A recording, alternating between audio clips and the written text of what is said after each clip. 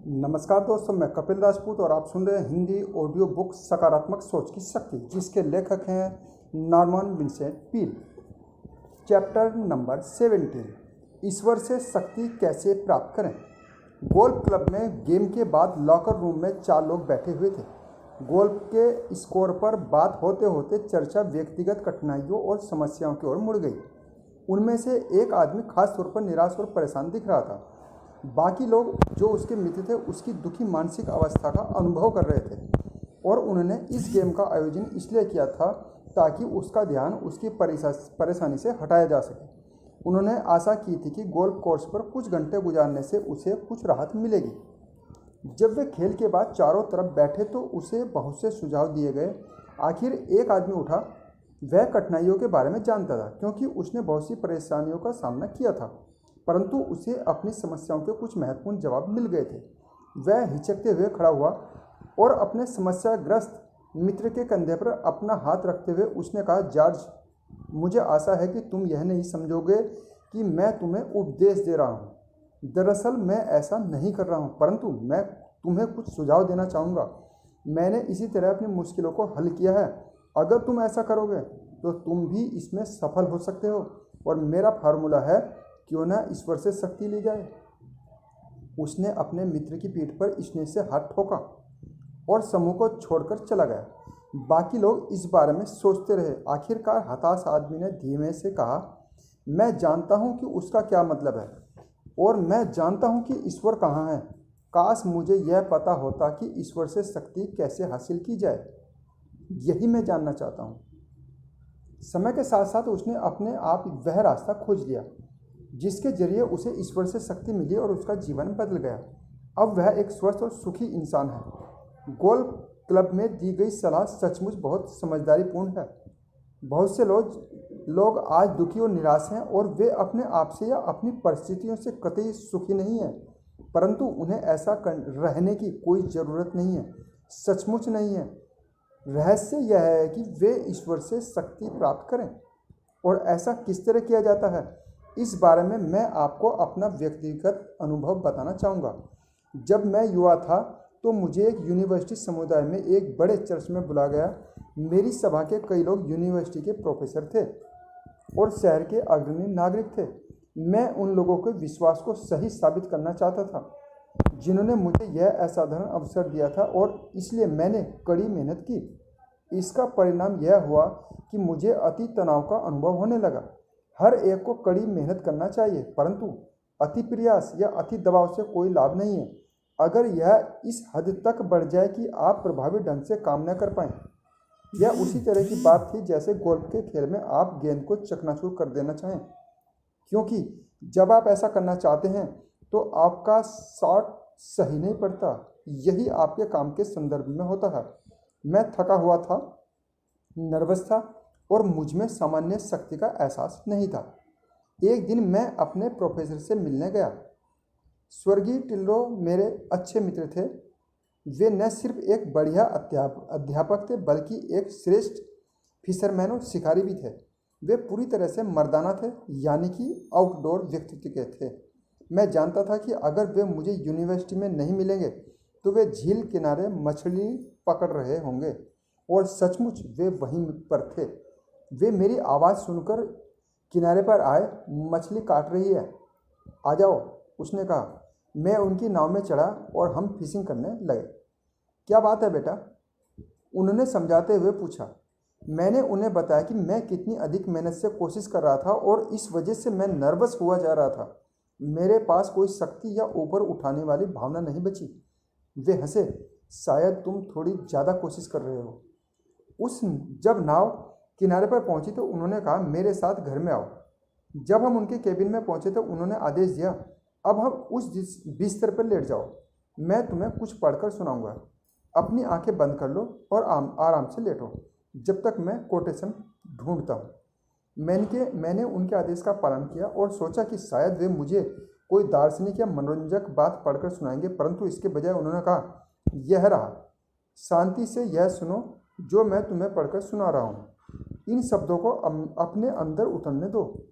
क्या तुम नहीं जानते, क्या तुमने नहीं सुना कि परम पिता ईश्वर जिसने दुनिया बनाई है कभी नहीं थकता, न ही कभी कमज़ोर होता है। उसकी समझ की कोई सीमा नहीं है। वह कमज़ोरों को शक्ति देता है और जिनमें शक्ति नहीं होती उनकी शक्ति को बढ़ा देता है। जवान लोग भी थक सकते हैं और कमजोरी महसूस कर सकते हैं और पूरी तरह से गिर सकते हैं, परंतु जो लोग सच्चे भक्त हैं वे कभी नहीं थकेंगे। उनकी ताकत नहीं होगी। वे गरुड़ की तरह पंखों से उड़ सकेंगे। वे दौड़ेंगे और थकेंगे नहीं। वे चलेंगे परंतु कमजोरी महसूस नहीं करेंगे। फिर उन्होंने पूछा, क्या तुम जानते हो मैं क्या पढ़ रहा था? मैंने जवाब दिया, मुझे खुशी है, क्यों न इसके कहे अनुसार किया जाए। रिलैक्स हो जाओ, 3 गहरी सांसें लो, अंदर और बाहर। ईश्वर का ध्यान करते हुए विश्राम का अभ्यास करो। उसकी सहायता और शक्ति पर निर्भर रहने का अभ्यास करो। यह विश्वास करो कि वह तुम्हें अभी यह प्रदान कर रहा है और उस शक्ति के संपर्क में बने रहो। अपने आप को पूरी तरह से इसके हवाले कर दो। इसे अपने आप में प्रवाहित होने दो। अपने काम को अपनी पूरी शक्ति से करो। जाहिर है कि आपको यह करना होगा, परंतु इसे आराम से और आसान अंदाज में करें, जैसे कोई batter big league baseball game में करता है। वह बैट को सहजता से घुमाता है और बॉल को पार्क से बाहर उछालने की कोशिश नहीं करता। वह अपनी सर्वश्रेष्ठ क्षमता के हिसाब से प्रदर्शन करता है और खुद में विश्वास रखता है, क्योंकि वह जानता है कि उसमें बहुत सी संग्रहित शक्ति है। फिर उन्होंने उस वाक्य को फिर दोहराया, जो लोग ईश्वर के सच्चे भक्त हैं वे कभी नहीं थकेंगे, उनकी ताकत नहीं होगी। यह बहुत पहले की बात है, परंतु मैं यह सबक आज तक नहीं भूला। उन्होंने मुझे सिखाया कि किस तरह ईश्वर से शक्ति हासिल की जाए और मुझे मेरा विश्वास करें उनके सुझावों ने असर किया। मैं अपने मित्र की सलाह का पालन आज भी करता हूँ और तब से अब तक 25 साल से भी अधिक समय में यह कभी असफल नहीं हुई है। मेरा जीवन गतिविधियों से भरा हुआ है, परंतु इस फार्मूले की वजह से मुझे वह सारी शक्ति मिल जाती है जिसकी मुझे ज़रूरत है। ईश्वर की शक्ति हासिल करने का दूसरा तरीका हर समस्या के प्रति सकारात्मक आशावादी नज़रिया रखना सीखना है। आपकी आस्था की जितनी गहनता होगी उसी अनुपात में आपको अपनी स्थितियों का सामना करने की शक्ति मिलेगी। आपकी जितनी आस्था होगी आपको उतना ही मिलेगा। यह सफल जीवन का मूलभूत नियम है। ईश्वर में शक्ति होती है और वह शक्ति आपके लिए सब कुछ संभव बना सकती है।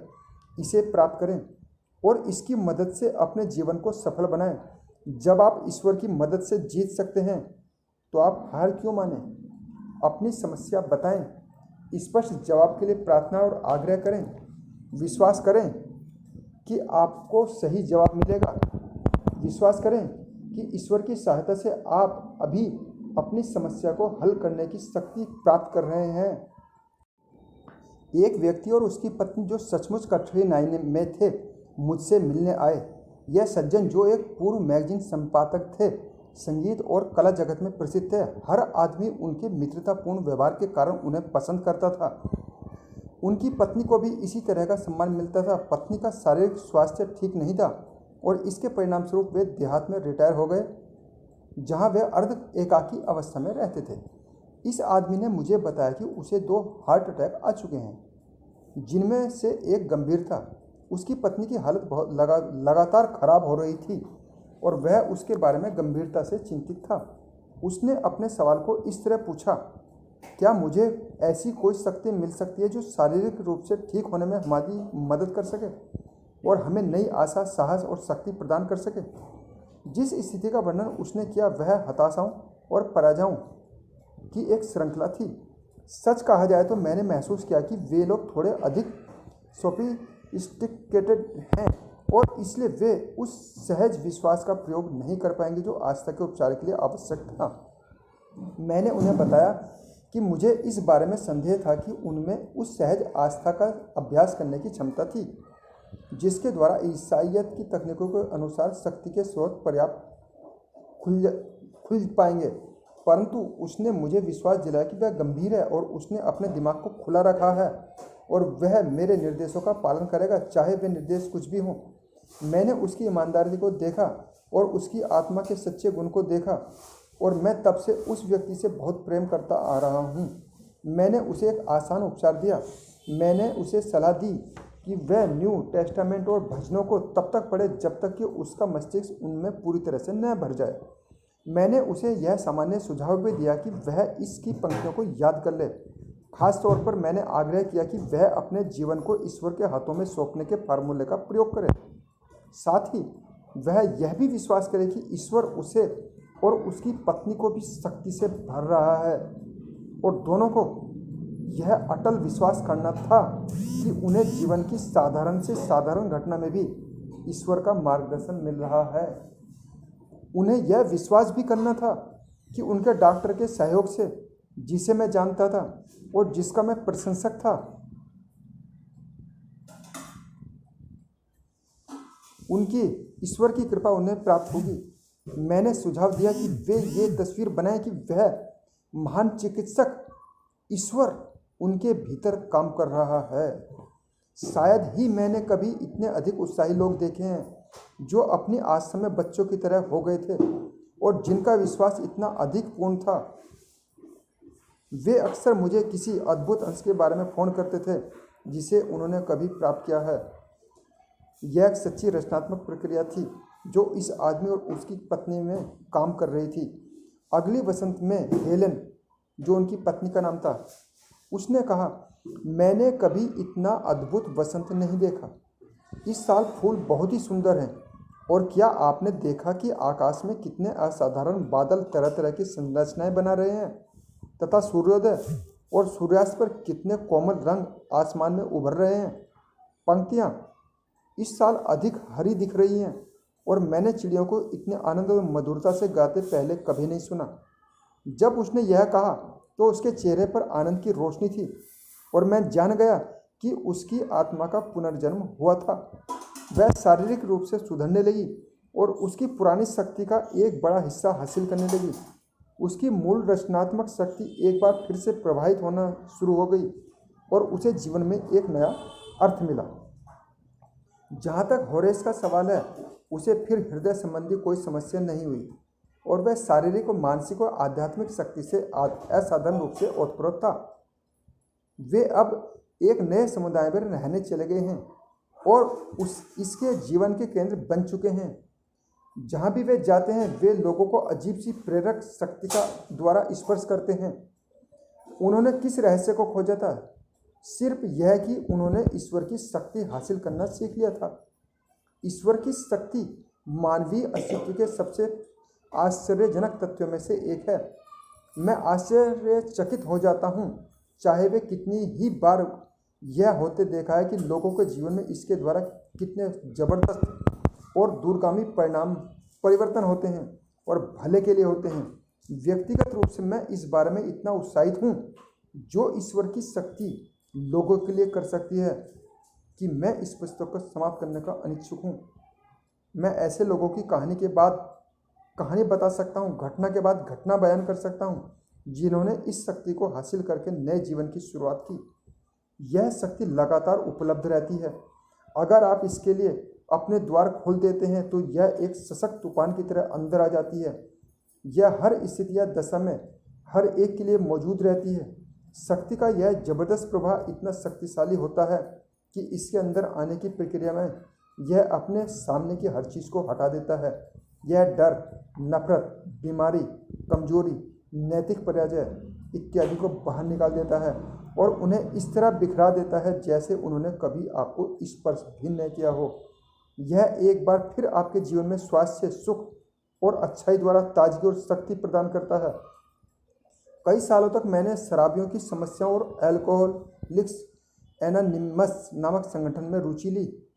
उनके मूलभूत सिद्धांतों में से एक यह है कि किसी व्यक्ति की मदद तभी हो सकती है जब पहले वह व्यक्ति यह पहचान ले कि वह एक शराबी है और वह अपने बारे में अपनी दम पर कुछ नहीं कर सकता, कि उसके अंदर कोई शक्ति नहीं है, कि वह पराजित हो चुका है।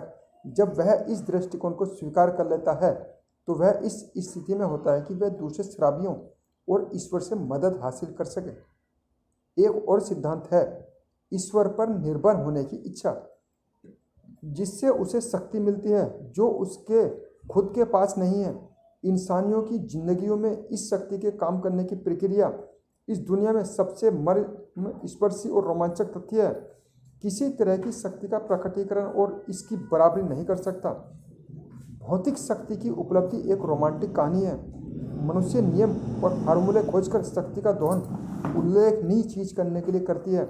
आध्यात्मिक शक्ति भी नियमों का अनुसरण करती है।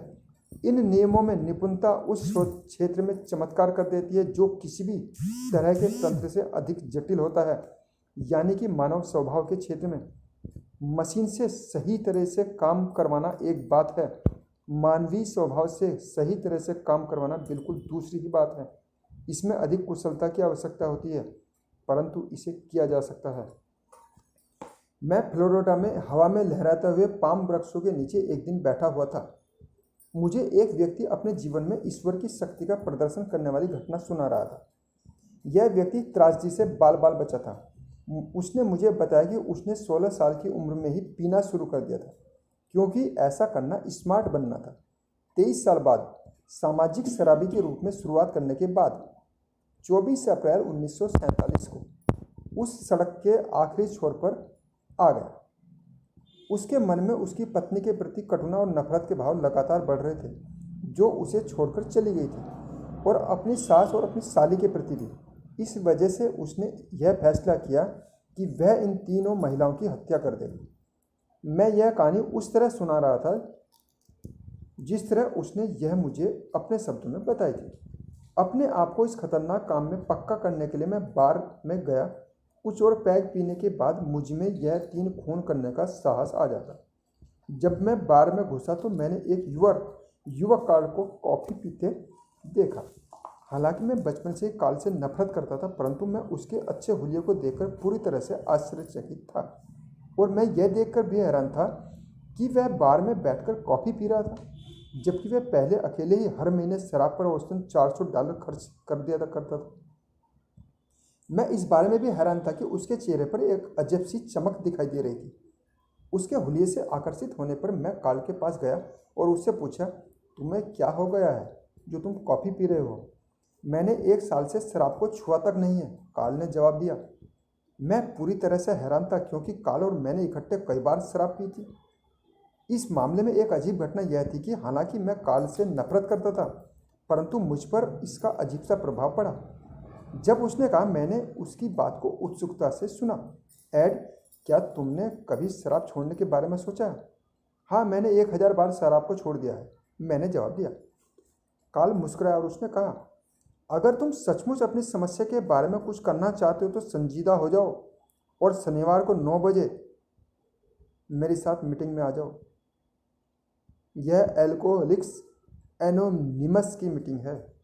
मैंने उसे बताया कि मुझे धर्म में कोई दिलचस्पी नहीं है, परंतु शायद मैं आ जाऊं। मुझ पर कोई खास प्रभाव नहीं पड़ा था, परंतु मैं उसकी आंखों की चमक को उसके मस्तिष्क से नहीं निकाल पाया था। कार्ल ने इस बात पर जोर नहीं दिया था कि मैं मीटिंग में भाग लूं, परंतु उसने दोहराया कि अगर मैं अपने लिए कुछ करना चाहता हूं, तो कार्ल और उसके सहयोगी के पास मेरी समस्या का जवाब था। इस वाक्य को कहने के बाद कार्ल चल दिया और मैंने बार में पैक का ऑर्डर दे दिया, परंतु किसी कारण इसका आकर्षण अब नहीं रहा था। इसलिए इसके बजाय मैं घर चला गया, वह अकेला घर जो मेरे पास बचा था, यानी मेरी माँ का घर।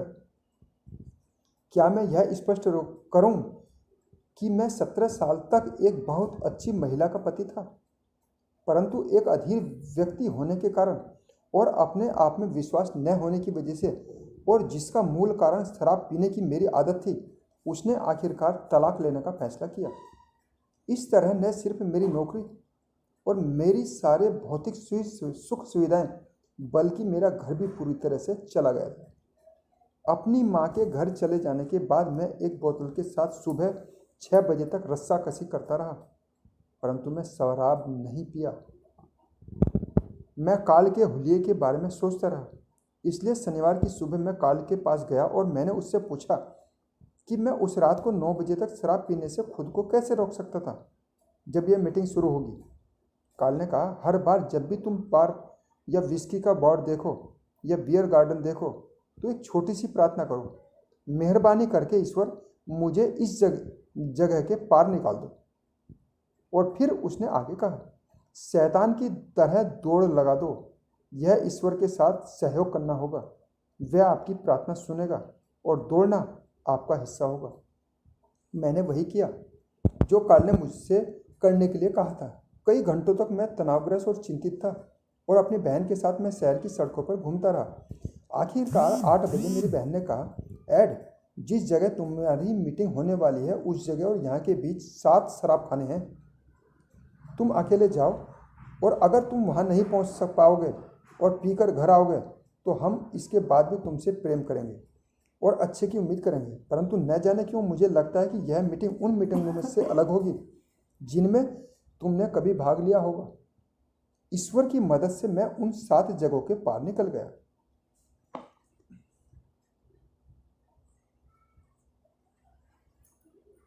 जब मैं मीटिंग के द्वार पर पहुंचा, मेरी फेवरेट बार का बोर्ड सीधे मेरी आंखों में चमक रहा था। बार में जाऊं या मीटिंग में, इस युद्ध को मैं कभी नहीं भूल पाऊंगा। परंतु मुझसे बड़ी किसी शक्ति ने मुझे मीटिंग की तरफ खींच लिया। मीटिंग रूम में अंदर आने के बाद मेरे पुराने मित्र कार्ल ने जिससे मैं पहले नफरत करता था, गर्मजोशी से मुझसे हाथ मिलाया। उसके प्रति मेरा द्वेष अब गायब हो रहा था। फिर जीवन के हर क्षेत्र के लोगों ने मेरा परिचय का दौर शुरू किया। डॉक्टर, वकील, ईंट ढोने वाले, कोयले के खदान के मजदूर, कंस्ट्रक्शन के कारीगर, प्लास्टर करने वाले श्रमिक, सभी तरह के लोग वहाँ पर थे। पिछले 10 से 25 सालों से मैं इनमें से कुछ लोगों के साथ शराब पी रहा था।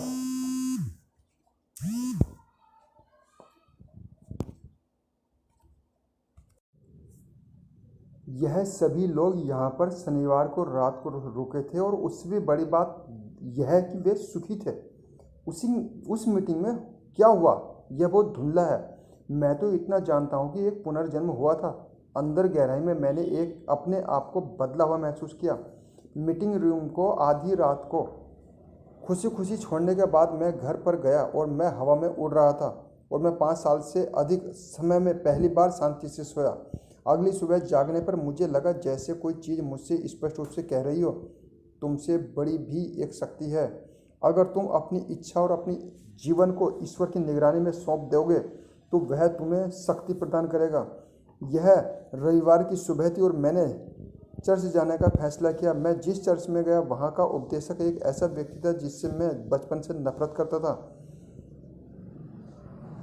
लेखक यहाँ पर यह बताना चाहता है कि नफरत का संबंध हमेशा भावनात्मक और आध्यात्मिक बीमारी से होता है।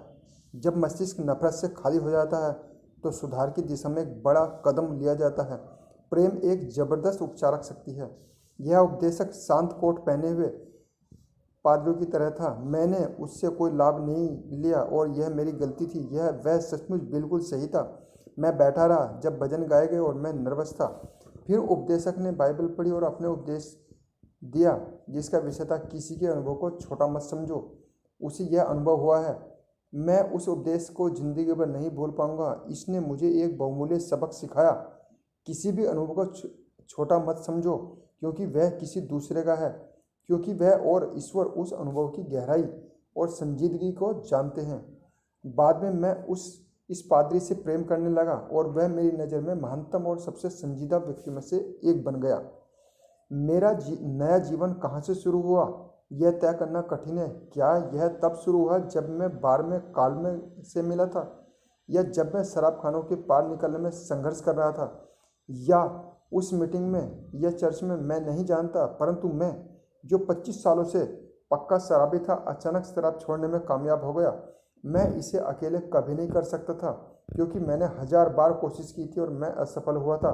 परंतु मैंने ईश्वर की शक्ति का सहारा लिया था और ईश्वर ने ऐसा कर दिया था। मैं इस कहानी सुनाने वाले व्यक्ति को कई सालों से जानता हूँ। सूखा होने के बाद उसे कई कठिन आर्थिक और अन्य समस्याओं का सामना करना पड़ा था, परंतु कभी भी वह कमज़ोर नहीं पड़ा। उसके साथ चर्चा करते समय मैंने पाया कि उसकी बातें मेरे दिल को छू गई थी। उसकी बातों में या उसकी बातों को कहने के अंदाज में कुछ मर्म स्पर्शी नहीं था, परंतु मुझे उस व्यक्ति के अंदर से शक्ति निकलती महसूस हुई। वह एक प्रसिद्ध व्यक्ति नहीं है, वह एक आम कड़ी मेहनत करने वाला सेल्समैन है, परंतु उसके अंदर ईश्वर की शक्ति है जो उसमें प्रवाहित हो रही है और जो उसके द्वारा दूसरों तक पहुंच रही है। यह मुझ तक भी पहुंची। यह अध्याय शराब पर कोई थीसिस नहीं है। हालांकि मैं इस समस्या से जुड़े एक और संदर्भ का प्रयोग करूंगा। मैं इन अनुभवों को सिर्फ यह दर्शाने के लिए सुना रहा हूं कि अगर कोई ऐसी शक्ति है जो व्यक्ति को शराब के चंगुल से छुटकारा दिला सकती है, तो वह शक्ति किसी दूसरे व्यक्ति को किसी दूसरी तरह की पराजय से भी मुक्ति दिला सकती है जिसका वह सामना करता हो। शराब की समस्या से अधिक कठिन समस्या शायद ही कोई होती हो। जो शक्ति इस मुश्किल काम को कर सकती हो, वह, मैं आपको आश्वस्त कर दूं, आपकी कठिनाइयों को दूर करने में आपकी मदद करेगी, चाहे आपकी कठिनाइयाँ कुछ भी हो। मैं आपको एक और अनुभव बता दूं। मैं इस घटना को भी इसी उद्देश्य से बता रहा हूं, यानी कि इस बात पर जोर देने के लिए कि कोई ऐसी शक्ति है जिसे अपनाया जा सकता है, हासिल किया जा सकता है और जिसका प्रयोग किया जा सकता है, जो आस्था रखने वाले लोगों को रहस्यमय रूप से परंतु निश्चित रूप से अत्यधिक उल्लेखनीय विजय दिलवाती है। रावनोक, वर्जीनिया में होटल रावनोक में एक रात को एक व्यक्ति ने, जो तब से मेरा अच्छा मित्र बन चुका है, मुझे यह घटना सुनाई। 2 साल पहले उसने मेरी पुस्तक a guide to confidence living पढ़ी थी। उस समय वह खुद और दूसरे लोग भी उसे पक्का शराबी समझते थे जिसके सुधरने की कोई संभावना नहीं थी। वह वर्जीनिया टाउन में एक बिजनेसमैन था और उसकी योग्यता इतनी थी कि उसके पीने की समस्या के बावजूद उसे अच्छी सफलता मिल रही थी। उसका कोई नियंत्रण नहीं था और इस वजह से स्थिति बिगड़ रही थी। ऊपर लिखी इस पुस्तक को पढ़ने के बाद यह विचार उसके दिमाग में बैठ गया कि अगर वह न्यूयॉर्क तक चला जाए तो उसकी समस्या का इलाज हो सकता है। वह न्यूयॉर्क आया और जब वह यहाँ पहुँचा तो वह पूरी तरह शराब पिया था। एक दोस्त उसे होटल ले गया और उसे वहाँ छोड़ दिया। जब उसे थोड़ा होश आया तो उसने एक बेल बॉय को बुलाया और उसे बताया कि वह टाउन्स हॉस्पिटल जाना चाहता है, जो शराबियों की एक प्रसिद्ध संस्था है और जिसके प्रमुख स्वर्गीय डॉक्टर सिल्कवर्थ थे, जो शराब की लत के क्षेत्र में महानतम लोगों में से एक थे, जो हालांकि अब इस दुनिया में नहीं है, परंतु उन्हें कभी भुलाया नहीं जा सकता। उसकी जेब में रखे 100 या इससे अधिक डॉलर लूटने के बाद बेल बॉय ने उसे हॉस्पिटल में पहुंचा दिया। कई दिन के उपचार के बाद डॉक्टर सिल्कवर्थ उसे देखने के लिए आए और उन्होंने कहा, चार्ल्स, मुझे लगता है कि हम आपके लिए जितना कर सकते थे हमने कर दिया है। मुझे ऐसा लग रहा है कि आप ठीक हो चुके हैं। यह डॉक्टर सिल्कवर्थ का आम तरीका नहीं था और उन्होंने इस प्रकरण में इस तरह काम किया। इससे यह पता चलता है कि कोई उच्च शक्ति उनका मार्गदर्शन कर रही थी। यह भी थोड़ा विचलित चार्ल्स नीचे उतरा और उसने अपने आप को मार्बल कॉलेजिएट चर्च के ऑफिस के दरवाजे पर पाया। यह एक वैधानिक अवकाश था और चर्च बंद था। वह वहां पर झिझकता हुआ खड़ा रहा। उसने सोचा था कि वह चर्च में अंदर आएगा और प्रार्थना करेगा, परंतु वह अंदर नहीं घुस पा रहा था। इसलिए उसने एक अजीब काम किया। उसने अपने पर्स में से अपना बिजनेस कार्ड निकाला और इसे दरवाजे में लगे डाक के क्षेत्र में से अंदर डाल दिया। जिस क्षण उसने ऐसा किया, उसके भीतर शांति की प्रबल लहर दौड़ गई। उसे मुक्ति की अद्भुत भावना का एहसास हुआ। उसने अपने सिर को दरवाजे से टिकाया और एक बच्चे की तरह रोया, परंतु वह जानता था कि अब वह मुक्त था, कि उसके भीतर कोई जबरदस्त परिवर्तन हो चुका है। इस बात का प्रमाण हमें इस तथ्य से मिलता है कि उस समय के बाद से उसने कभी पीछे मुड़कर नहीं देखा। वह उस पल के बाद हमेशा पूरी तरह से शराब छोड़ चुका था। इस घटना के बारे में कई बातें ऐसी हैं जो प्रभावित करने वाली हैं। एक तो यह है कि डॉक्टर सिल्कवर्थ ने उसे अस्पताल में से सही मनोवैज्ञानिक, आध्यात्मिक और शायद सुपर नेचुरल क्षण से मुक्त किया, जिससे यह संकेत मिलता है कि डॉक्टर स्वयं देवी मार्गदर्शन के माध्यम था। जब चार्ल्स ने मुझे होटल रावनोक में इस घटना के 2 साल बाद यह घटना सुनाई तो मुझे लग रहा था जैसे मैंने इसे कहीं सुना है, परंतु उसने मुझे यह घटना कभी नहीं सुनाई थी। दरअसल इससे पहले उससे कभी बातें ही नहीं की थी। फिर मुझे लगा कि शायद उसने मुझे यह कहानी लिख कर भेजी होगी और मैंने उसे पढ़ा होगा, परंतु उसने कहा कि उसने मुझे कभी कोई पत्र नहीं भेजा। फिर मैंने उससे पूछा कि क्या उसने यह कहानी मेरे किसी सेक्रेटरी, सहयोगी या किसी और व्यक्ति को सुनाई है जिसके संपर्क में मैं था, परंतु उसने कहा कि उसने यह घटना अपनी पत्नी को छोड़कर उस समय से पहले किसी और को नहीं सुनाई थी और मैं उसकी पत्नी से उस रात तक कभी नहीं मिला था।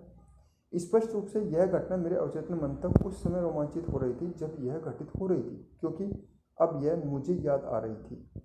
उसने डाक के छिद्र में मैं से कार्ड क्यों डाला? शायद वह प्रतीकात्मक रूप से अपने आध्यात्मिक घर में रिपोर्ट कर रहा हो, यानी ईश्वर को रिपोर्ट कर रहा हो। अपनी हार से यह एक नाटकीय और प्रतीकात्मक अलगाव था, और यह उस शक्ति की ओर मुड़ना था जिसने तत्काल उसे अपने आप से मुक्त किया और उसका उपचार किया। यह घटना संकेत देती है कि अगर गहरी इच्छा हो, अगर प्रबल आकांक्षा हो और ईश्वर की शक्ति तक पहुंचने की सच्ची चाहत हो,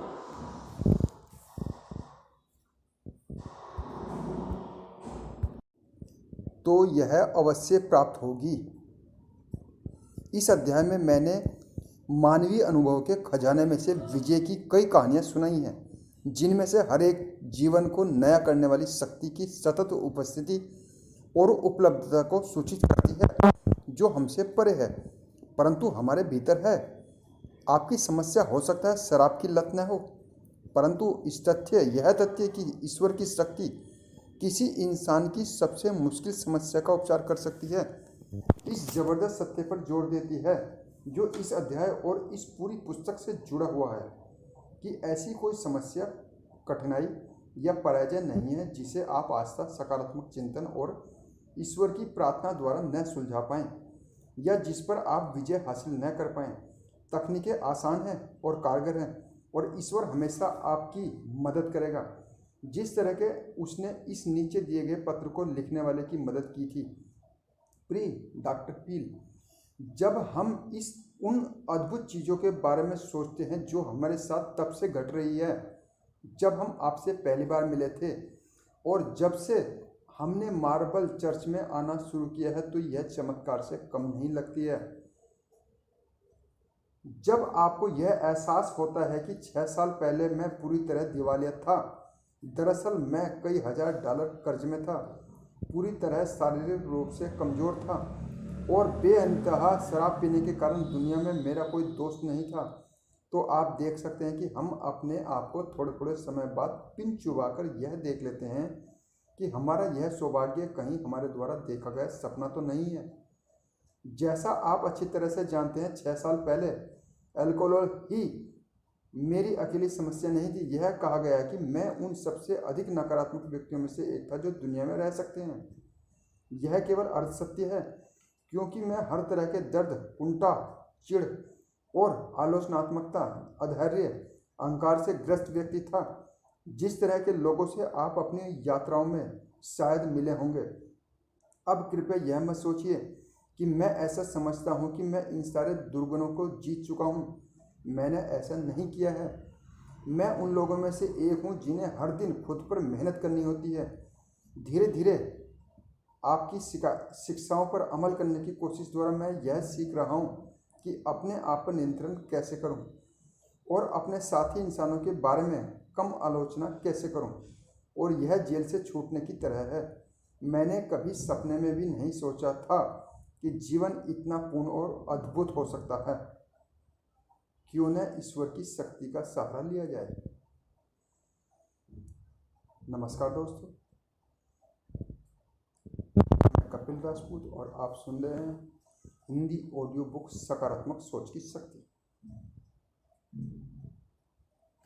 ये चैप्टर, अंतिम चैप्टर आज पूरा हुआ।